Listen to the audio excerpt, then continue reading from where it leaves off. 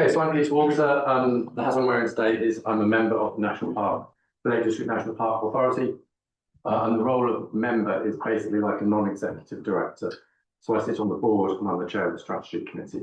And what I'm going to talk to you about specifically today is the Strategic Visitor Management Group. And the subject is how does that make life better here? So the Strategic Management Visitor Group, SVMG, is a regular meeting of senior people from all the key partners that can actually influence stuff on the ground in the national park. They take a coordinated approach to managing visitor pressure. And by taking that coordinated approach, they're able to achieve more by working together rather than working as individual organizations. So how do they work together? They meet every 3 weeks throughout the main season and less frequently in the winter. They share information from their source of information. They plan ahead both in the short term, week to week, bank holiday, but also in the long term with kind of plan as well. They agree and coordinate who is going to do what between each organisation to make sure that the impact is as significant as possible. And by working together, they're able to respond more quickly than they would do if they were working individually. So the structure I talked about a 3 weekly meeting. That is of what is called the Gold Command, which is very grand, but it's a system that a lot of organisations use in the public arena. They are the senior people in the top organisations that set what is going to happen in place. And then beneath them, there's a gold, a silver, and a bronze. The silver are the people that actually move people around, work out what shift patterns are going to be placed and who's going to be doing what on the ground. And then the bronze are the people that are actually going and doing the work. And there are subgroups underneath that structure for things like parking, communication, the public space or safety protection orders, and things like that. So there's this structure that works from top to bottom. The people that are involved, we've got the National Park Authority, we've got both councils, the police, and the Police and Crime Commissioner is the chair of the SVMG, Dave Allen, Police and Crime Commissioner is the chair. The National Trust, Fire and Rescue, Cumbria Tourism and Mountain Rescue. There are other organisations like Forestry England, like can't remember off the top of my head, but there are other people that are involved as well. But the key ones that sit on the Gold Command are the people that can really influence things: the council, the National Trust, the National Park, and the police. So what do they actually do? So across the whole park, they arrange joint patrols where we've got rangers from the National Trust or the National Park going out with public safety protection, PSPO officers, or the police who can actually implement the fines that we've now got. They coordinate car parking enforcement, so they'll be able to send parking enforcement officers to the right place at the right time. They can arrange temporary car parks, so the pop-up car parks that only operate for 26 days or sometimes longer if there's planning permission. They can fund street support officers, so security officers who are going around patrolling in places like Bowness. Visitor messaging, the influencers, which I'll talk about at the end. They can arrange seasonal toilets, seasonal rubbish collection, the 2 shuttle buses in Wasdale and in Buttermere, and then looking at broader, longer-term area management plans. So I sent you 2 documents. One was the SVMG plan, and one was the area management plan. I appreciate that they probably didn't make much sense on their own, but when you look at them in the context of how it all works with the SVMG, it gives you a bit more of an idea of what's actually happening on the ground. So what does that look like very specifically in this area? So what has been done is joint enforcement patrols in the hotspots along Derwent Water and in Borrowdale and Buttermere. The Buttermere shuttle bus, which is now in its 4th year, I think. I'm not exactly sure how many years that's been going. Stonethwaite toilets, so there's funding for toilets that pop up, the Waterloo toilets in Stonethwaite to deal with the extreme visitor pressures that is now seeing. And there's a new Stonethwaite car park, so working with John, remember his second name, the farmer there. There's a car park, temporary car park, which will have professional national park signage You'll be able to pay for it on Ringo, and there'll be enforcement officers managing that. And 25% of the revenue from that car park will go back into the budget to pay for the toilets just down the road. A signage, the temporary signage saying, don't park here or don't, no fires, no camping, they're all funded. And then the Keswick solstice, last year and this year we had security 24 hours a day and temporary toilets up there as well. So that's the kind of thing that the SVMG does. What are the limitations? Visitor pressures are still significant. This isn't a magic bullet to just make everything go away. It's a move in the right direction. Funding is very, very limited. We get money from the councils, 2 councils and the national park, put in a small amount, and that is it. So it is very, very cash strapped. Another challenge is that getting the partners to do what they've agreed to do is quite difficult. So we have plans, but they're not always delivered.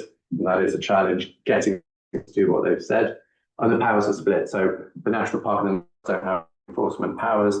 The only people that can do enforcement are the police and the council, but we have more local expert knowledge. So it's kind of working out who can work with whom to get the best result. And some of these solutions do take years. We're talking about kind of long-term changes to people's behaviour, and a lot of what the SVMG does is short-term tactical responses.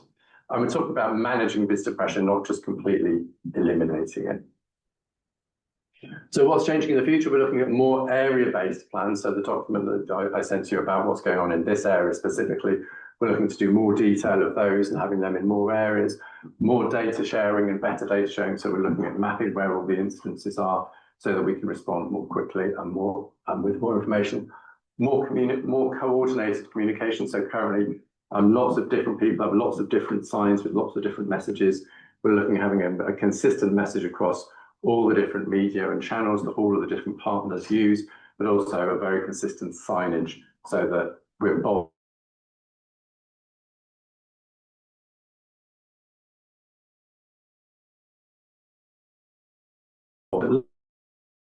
with communities and being able to give communities more information as to what is happening in their area, so they're better able to get people involved and hold them to account.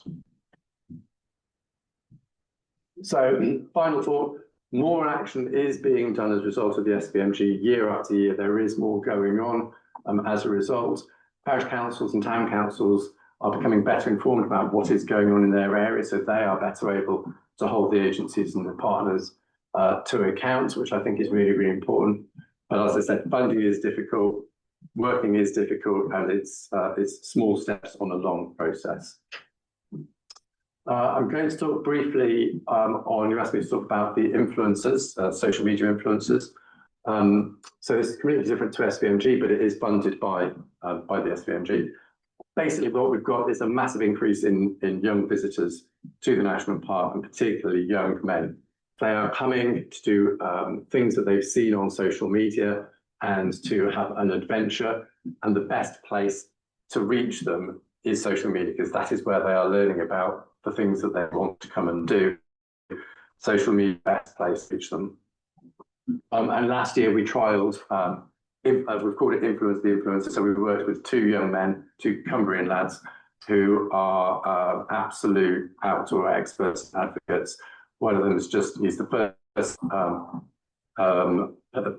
patient for a heart transplant to reach near a peak, or a peak of that height. It's not 8,000 meters, but anybody knows how high Mira Peak is? About 6,000. So he's the first person to reach 6,000 meters. Thank you very much. And just working with those 2 people and creating 6 pieces of content online, we've reached 2.5 million people.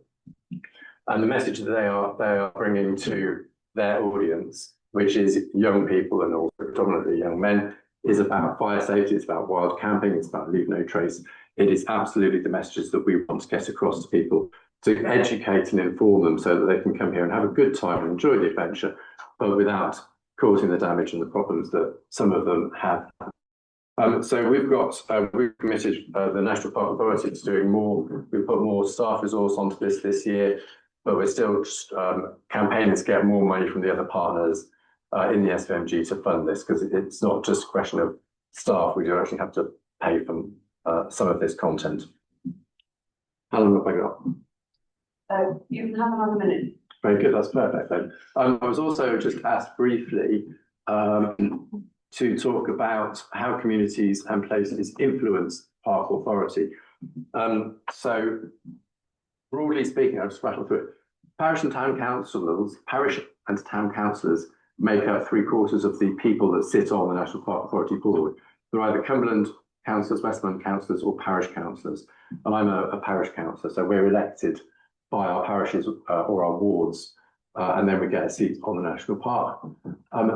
Public consultations take place for the partnership plan, which is the document that's just been written, just been signed off, which is the master plan for the whole national park, which is a coming together of 24 different organisations to work out how all of those organisations are going to work together to deliver the park's objectives. That was a public consultation. And there's another public consultation on the local plan, which is just about to start for the national park, which is the planning document, which guides all the things around planning. So if you want to have an input into where houses get built, or where car parks are or are not built, or where businesses are supported to grow, that's the consultation on the local plan, which will start later this year. And then coming soon, I hope, is a new opportunity for parish councillors or parish council chairs to get together across the national park and meet regularly, and then representative from that group will have a seat on the National Park Partnership, which again is the body that sets the objectives and the actions and the strategy for the whole park across 20 organisations. So that's a rattle through the SVMG influences and the opportunities for consultation.